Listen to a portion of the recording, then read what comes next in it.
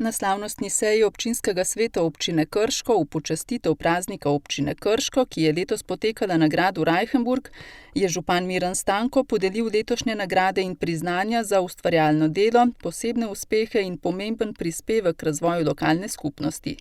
Znak občine Krško so prejeli Senovčan Jože Požun mlajši za vsestransko sodelovanje in prispevek k razvoju domačega kraja, družba Autoline za uspešen razvoj servisnih dejavnosti in turistično društvo Senovo za ohranjanje turističnega razvoja in dediščine na Senovem. Pravijo, da medalja pa metek nikoli ne zadene v prava prsa. Kajti zagotovo je v občini Krško še kdo, ki je bolj zaslužen za priznanje, tako visoko priznanje, kot sem ga jaz dobil. Pa vendarle sem hvaležen tako predlagatelju kot občinskim svetnicam in svetnikom, da so moje delo prepoznali in da je v taki obliki, kot je, zadostuje oziroma da ga cenijo, da lahko na osnovi tega dobim priznanje z znakom občine Krško. Ja, delovanje vsakega društva je odvisno od števila aktivnih članov. Lahko rečem, da imamo na Senovem kar lepo število aktivnih članov, preko 25 prostovoljcev, ki upravijo letno tam okoli 1200 do 1000 ur prostovoljnega dela. In seveda, če je toliko dela vloženega, je normalno, da te nekdo opazi, predvsem pa tudi zaradi tega, ker resnično vlagamo veliko truda v lepši izgled kraja. Drakrat smo bili že tretji v Sloveniji v kategoriji manjših mest. Trudimo se za promocijo bohorskih slopov in pohodniških poti, prav tako kolesarskih poti. Nam pa zelo veliko pomeni tudi ohranjanje naše dediščine, to je zgodovina premogovnika in to mislim, da smo zelo uspešni in upamo, da bomo še nadaljevali lahko s takšnim delom. Ta nagrada nam ogromno pomeni.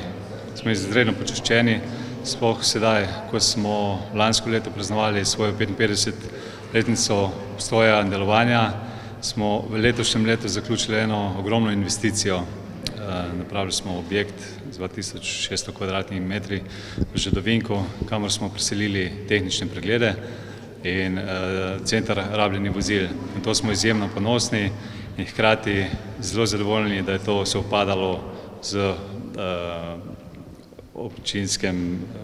občinskem prazniku, tako da resnično lahko zarežemo z veseljem torto dvakrat.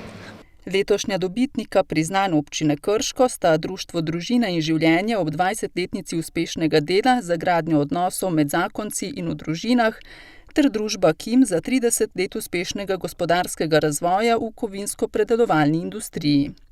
Na slavnostni seji so se zahvalili tudi 19 jubilantom. Letošnje leto je pa zaradi korone, smo bili pravzaprav v dvomih in stiski, kaj narediti s to prireditvijo, vendar je nekako nam šel čas na roke, tako da vsaj v nekem simboličnem smislu je lahko ta prireditev potekala. Bil je prisoten občinski svet z nekaj malega povabljenci in seveda z nagrajenci.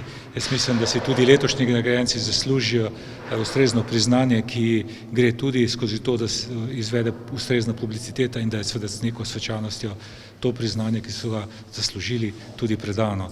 Namreč priznanja, ki so jih dobili letos, niso nič manj vredna, kot so bila tista v lanskem in predlanskem in preteklih letih.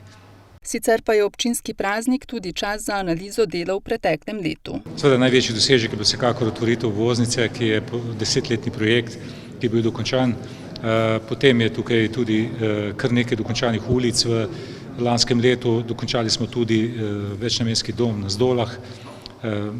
Skratka, bilo je kar veliko investiranja in skoraj da, kot sem rekel, za 60 milijonov evrov. Tudi letošnje je investicijsko bogato, za naložbe namreč namenjajo kar 20 milijonov evrov. Seveda bi v spredje postavil nekako 3 projekte in sicer je to knjižnica, ki je bila nekako gradbišče odprto praktično v teh dneh, ravno pred praznikom.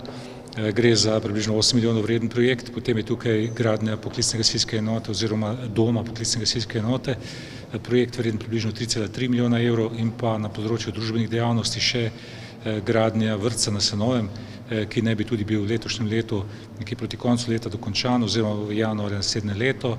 Tudi ta investicija je vredna približno 3,3 milijona evrov skupaj z opremo. Seveda pa je še veliko manjših projektov, ki jih bodo izvajali v letošnjem letu. Gre predvsem za obnovo cest, ulic in kanalizacijskih sistemov.